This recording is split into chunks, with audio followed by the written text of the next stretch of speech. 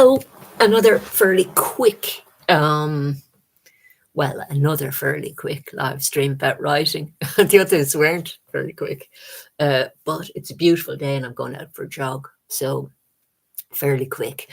This is another idea that just occurred to me. I did say that I'm nice and fresh in the mornings, ideas-wise, and I often write in the mornings when I'm writing a novel. And so this is part of a series of live streams that I'm doing about writing novels, basically.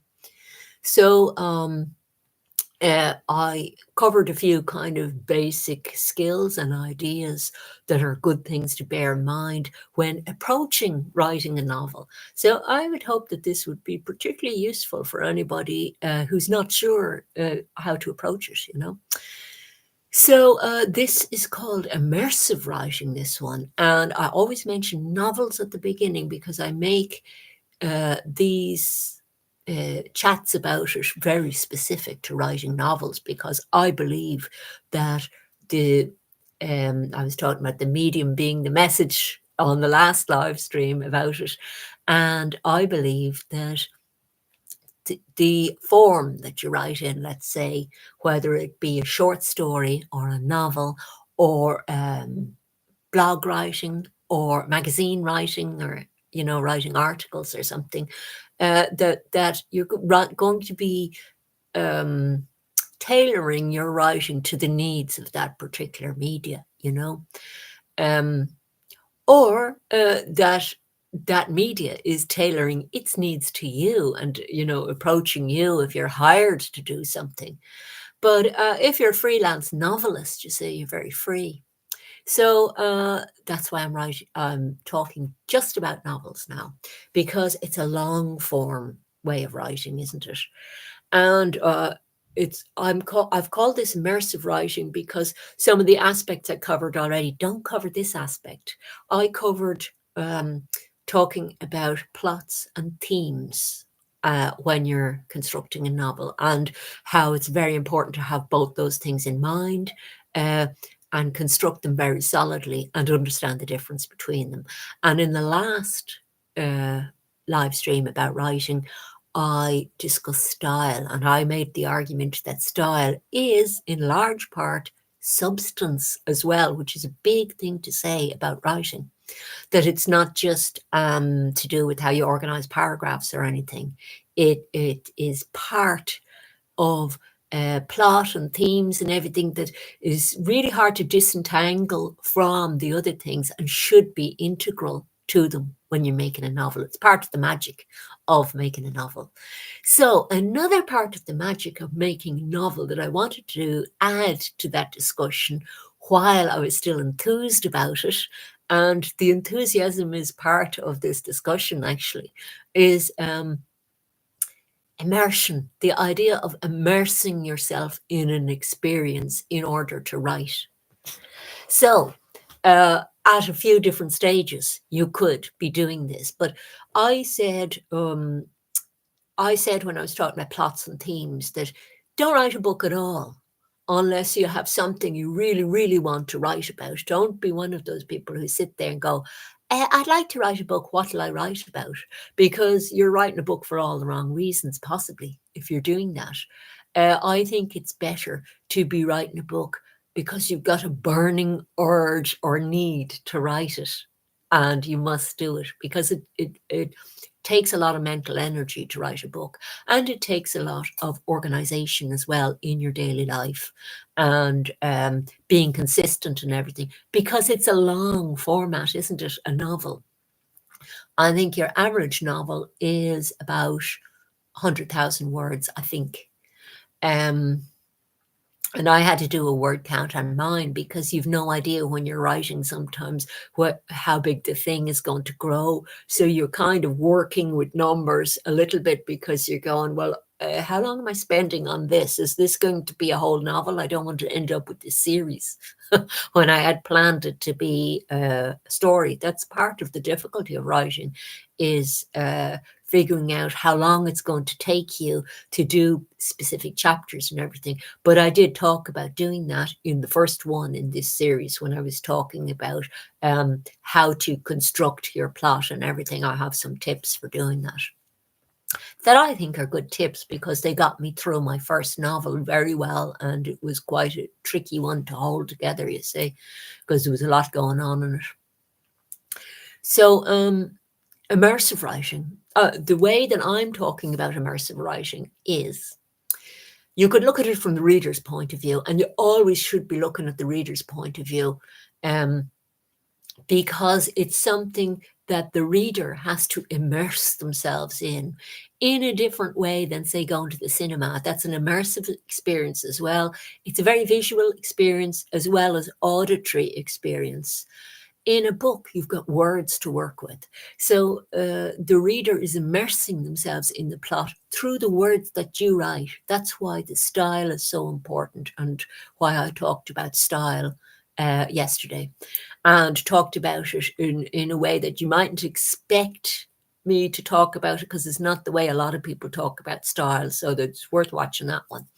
I don't mean just the way paragraphs are put together or what words you use, although what words you use are very important, obviously, because if they're the medium through which the reader is immersed in the experience that you're providing through your novel, well, how important is that? Really important.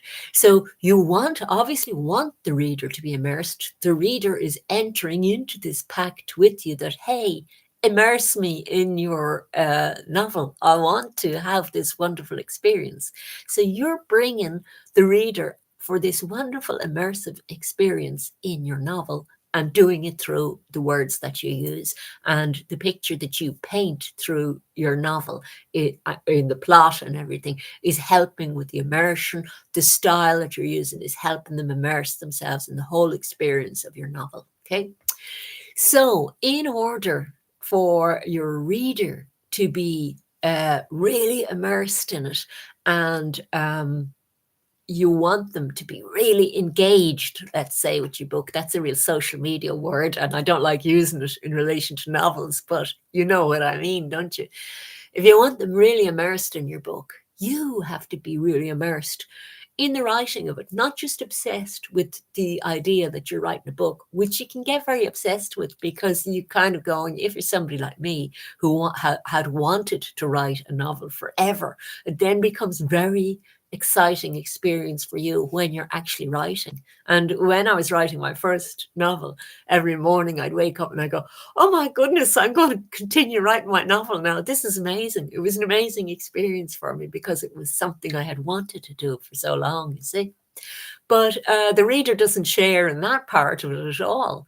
They're sharing in this other world that you've created. And there is a sense in which it's very easy to understand this concept as well, that the reader is leaving the ordinary world to travel into your novel and trusting you they haven't fully made the pact until they click over in their mind somewhere in the novel into, right, I'm completely on board with this. Because there is a bit at the beginning of a novel where somebody might not be completely on board and they could abandon the experience at that stage, they can get out, but it's like the Joseph Campbell Hero with a Thousand Faces that we were discussing in one of the earlier writing live streams about writing a novel, that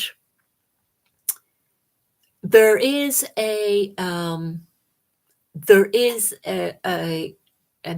guide that's bringing you into that other world. You're not in the ordinary world anymore, really, in a novel, you see.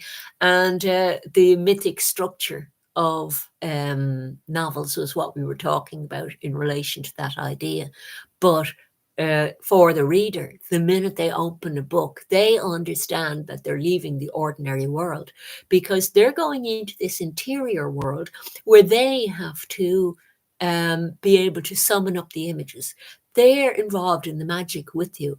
And this is why I'm so passionate about books, because they're so magical. Because somebody with just words can conjure up this amazing story and have you so entertained or engaged or involved in your mind in it that you're really living it, you know.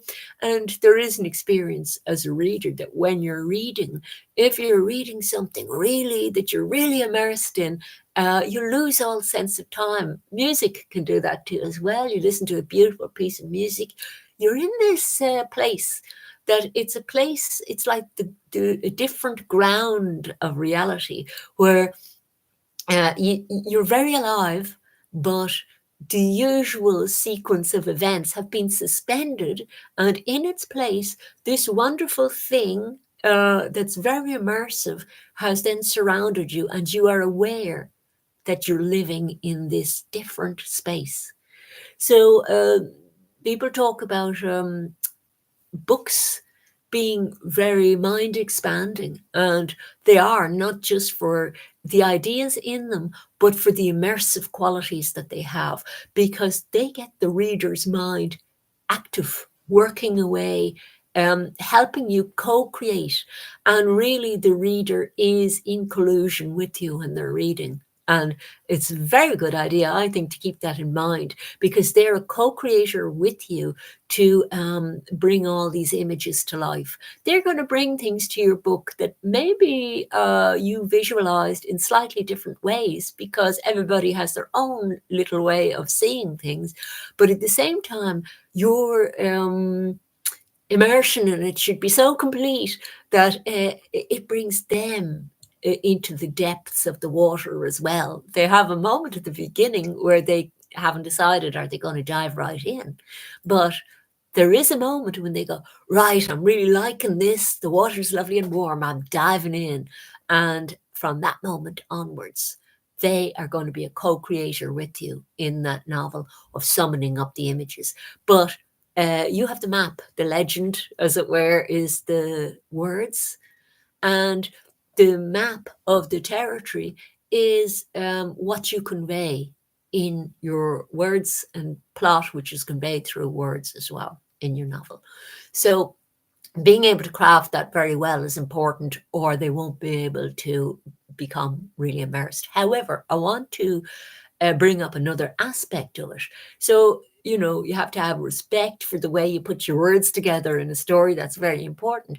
But another thing is that you have to have respect for the immersive qualities of books by immersing yourself when you are writing in the book. This is, I feel, terribly important. Different writers write differently. Okay, we're different people, but my technique for writing is to be very immersive in the experience myself when I'm writing it. And for example, something that I did for both novels that I wrote was not read any other books during the writing of those books. And I felt very strongly at the beginning that that for me would be a really bad idea. I know a lot of authors do that, and a lot of authors don't have any trouble doing that. I don't know how they manage it personally. I don't think I would have been able to manage it, because you would have to compartmentalize yourself and your thinking in order to be able to do that. And I had said in one of the other streams that when I was waking up in the morning, that my mind was really fresh for ideas, because I was working with my unconscious very proactively. And I feel that a lot of the work for books is done in your unconscious. A lot of the work for your life is done in your unconscious. So if you can get your conscious mind and your unconscious cooperating a little bit and not fighting over things, it's much easier to do tasks, I think. And the task of writing a book becomes much easier. And also, when you wake up in the morning, you've done all this dream work that you mightn't be able to remember some of it, but there's all this processing of things happening at night that's terribly important. And that is why you can wake up as a writer or anything else creative. You can wake up in the morning and go, ah, great idea, or I know what to do with that. And then you rush off and you continue writing. And it's like your mind has freshened up overnight. It's worked on the problem, but it's not exhausted because your mind becomes fresher the more it works, is the way it works for human. It needs sleep and everything, but it needs a healing sleep, but it also doesn't, your mind doesn't do well if it doesn't have anything to process. And for anybody who tries meditation, they will tell you that it's not that thoughts actually stop completely, because you're not really designed for everything to stop. It's that you notice things and you let go of them. So thoughts keep coming up, but you notice, you let go, you notice, you let go. You might find this other ground space that you can inhabit for a while, that's more spaces for relaxation in. And really, when you're sleeping at night, that's what's happening with your novel. You've got more no-think spaces to inhabit there, that in the morning are going to be born as completed thoughts, or fresh space for you to create in order to write really well. So, you know, you're immersed in your sleep at night, and that's an immersive problem solving experience. And then when you wake up, you want to stay immersed in order to create this immersive experience that you're inviting readers into, you see. So you have to stay in a mental zone that's a very special zone. And it's, for me, it was kind of a little zone between, the real world of I must do this next and then this and then this, where you're just organizing tasks to get through your day. And you might be interacting with various objects or people in your surroundings to get through that day. So I was trying to um, inhabit that zone, but stop it from intruding too much in my special other zone or immersive world that I was in order to write that novel. And I wanted to stay in that zone, you see. So you don't want to stay in the zone so much that your life starts falling apart, because your novel will fall apart. You've got to keep things going. You got to have, dinners and things like that, because you're going to be writing for some months, possibly. So, and I think the first book, I was about 6 months on it. So, your life could fall apart quite a bit in 6 months. Um, So how did I immerse myself? And well, I spoke about, how I was wanting to stay in the zone after getting out of bed in the mornings, because the breakfast time was like my peak time for writing. I was having a writing session before breakfast, thinking about it while I was making breakfast, um, and then straight into writing and getting a few hours writing while I was still feeling very good and fresh. And I think I had actually two writing sessions a day, because I had a big rest after the first session and let thoughts percolate, let my unconscious do some work on its own, and then back into it in the evening. I don't know if I did as long a session in the evening. Can't remember now, to be honest with you. But the whole point for me was about staying immersed in that world. So I didn't read any other books. And I was very careful about what tasks I did and who I spoke to during that time, because I didn't want the other world intruding too much on my immersive experience. So it was very challenging. But if you want the reader immersed, I would argue that it's certainly something worth considering. And this is why you hear about writers going to cabins in the woods for weeks at a time to write. Because a lot of people must write like that, you see. A lot of people must find that they can't do with the distractions from outside of their novel, which is an immersive experience for the writer while writing it and the reader while reading it. They don't want to be distracted from that special kind of world. when they're reading. So, obviously reading other novels, watching movies, things like. I really didn't do anything else but write during that period. Did I paint? Possibly. No, I didn't paint. I think I might have done some drawing and done things out in nature, gone for walks and jogs and things like that, and kept my ticking over activities that were established habits, kept the established habits going, but intellectually and emotionally stayed in the place of that special world.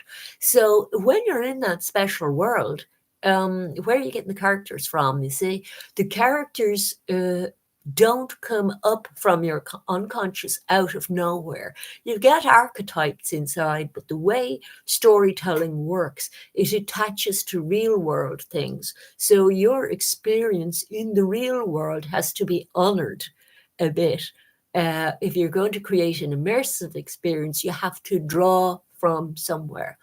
And you can't draw it all up from your unconscious because your archetypes, they might be, there's an argument to say that they're born in, that we are born with mythic stories in us. Because if mythic stories follow the same schemes so often, it seems reasonable to assume that there's something in our sort of genetic makeup, if you like, that inherits this way of organizing reality for ourselves. That's really what it is when storytelling is involved. It's our way of organizing reality and our way of making sense of reality in order to navigate it. And when you're talking about the Joseph Campbell's The Hero's Journey, mythic structure, which is a storytelling structure, when you're talking about that, that's what we're talking about, our journey through life and organizing reality in order to be able to navigate it without our life being cut unnecessarily short on dangerous missions, because just getting through life can be a bit of a dangerous mission, can't it? And the idea is that all stories are based on that idea, but they're actually, the other way to look at it is that we're immersed in our own immersive experience in the real world, and that everything we encounter in that experience feeds into our experience and colors how we see the world. Now, it's very weird because some people, their immersive experience doesn't update terribly well. And so for a lot of us, that's true. Actually, psychologists have posited the idea that what happens to us in the first few years of our lives is so formative in our immersion, our immersive experience in the rest of our lives, that our basic natures as a human being are then set by these experiences. It's not that we come into the world completely a blank slate. That is one theory, but that theory is not, you get trends and theories and everything. That theory is not terribly trendy at the moment. Maybe it'll become trendy again, but you can fit your own theory in here. This is just, I'm just telling you what's out there as a theory. But that early experiences are so formative. And why is that? It's because it's the first time we've encountered that thing in our immersion in reality, in our reality. And so it's quite shocking when you meet it at first. It's like, what do I do with this? It's like an exciting novel unfolding where you weren't expecting something to happen. And they're fantastic moments in books. You don't want too many of them in one book, but you want to have a few surprises in a book, or your mind doesn't like it. Your mind doesn't like going back over the same paths all the time. Your mind likes to have problems to solve, basically. So you've got to remember that the mind is a problem solver, and it's never happier than when it's solving a few problems or when it gets some kind of new stuff it has to learn. It likes learning, So in theory, we might have our natures kind of set quite early, but we can add recent information to this new store of information. And when you go to bed at night and you dream, that's quite often what's happening, that you're trying to work the new thing in with what you have already in a way that makes sense as a story. So your unconscious is a storyteller. And that's why I'm always saying work with your unconscious when you're telling a story, but try and get it to work with your conscious, because your unconscious on its own, our conscious needs this, like they have to have some common language in order to be able to translate. There is a bit of transposition has to go on in order to make sense of it, you know. And so your immersive experience, if you can get it to make sense and everything, you might have it making sense, but you've got to be able to hold on to that for quite a long period of time in order to get it across to the reader and to have the reader as excited about it as you were writing it. So you have to stay in it. And, you know, this is not for those people who don't have to stay in it. I don't know how you do it. And okay, fair dues to you if you can read books while you're writing books. Great, you know, but I can't do it. And a lot of other writers can't do it while they're writing novels. So that's something to think about, getting a block of time where you don't have other really important things you have to deal with, that you can deal with this thing, but still being able to juggle other things in your life enough that your whole life doesn't fall apart writing a novel. You don't want that either. So you will have a good chance of writing a really great immersive experience for the reader if you can become immersed in the experience yourself. And to make characters within that, you're getting them from the real world in a way, but they can be an accumulation of all the experiences that you've had, because of this idea that you can add to information that you have already about how something works. Your mind can add to that.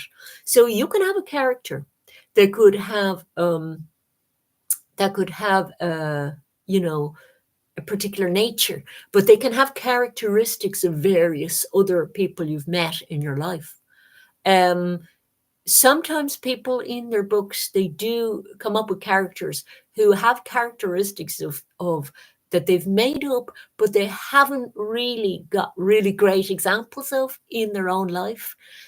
That, I would think, would be very difficult to persuade a reader of in a way that really immerses them, because people are they're pretty straightforward in some ways, but they can be very sophisticated about some things. For example, body language. People have a natural ability to read faces. They don't always pick up if somebody's telling the truth or lying, but they get senses about people, about whether somebody's nice or not nice, but they might not be able to say why.